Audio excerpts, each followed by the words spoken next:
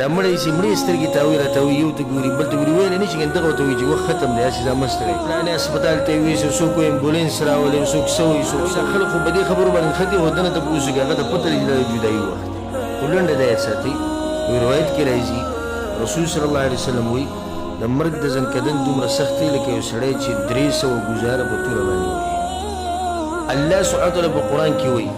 فلولا اذا بلغت الحلقوم او کله چې وایي دا ساره ورسي مريت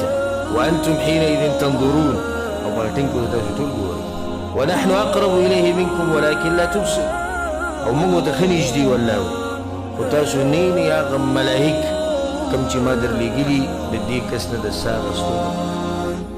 فبلزك الله سبحانه وتعالى وي وجاءت سكرة الموت بالحق ذلك ما كنت منه تحيد دا غرزي تتختيني أو كلا دا سخت بإنسان باني رايش ناشنا کیفیت دا داغه ناشنا حال او په دې ځنکدن کې د خلکو اقسام دي بعض هغه دي چې اخره خاتمه په ایمان سره شي او بعض هغه دي چې والعیاذ بالله اخره خاتمه په فسق او فجور شي دي سي کسان چې